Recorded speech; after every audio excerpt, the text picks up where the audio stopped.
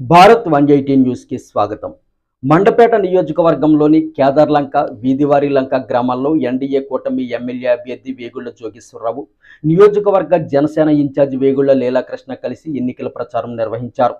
ప్రజలు వీరికి మంగళ హారతులు, పూల వర్షంతో ఘన స్వాగతం పలుకుతూ బ్రహ్మరథం పట్టారు.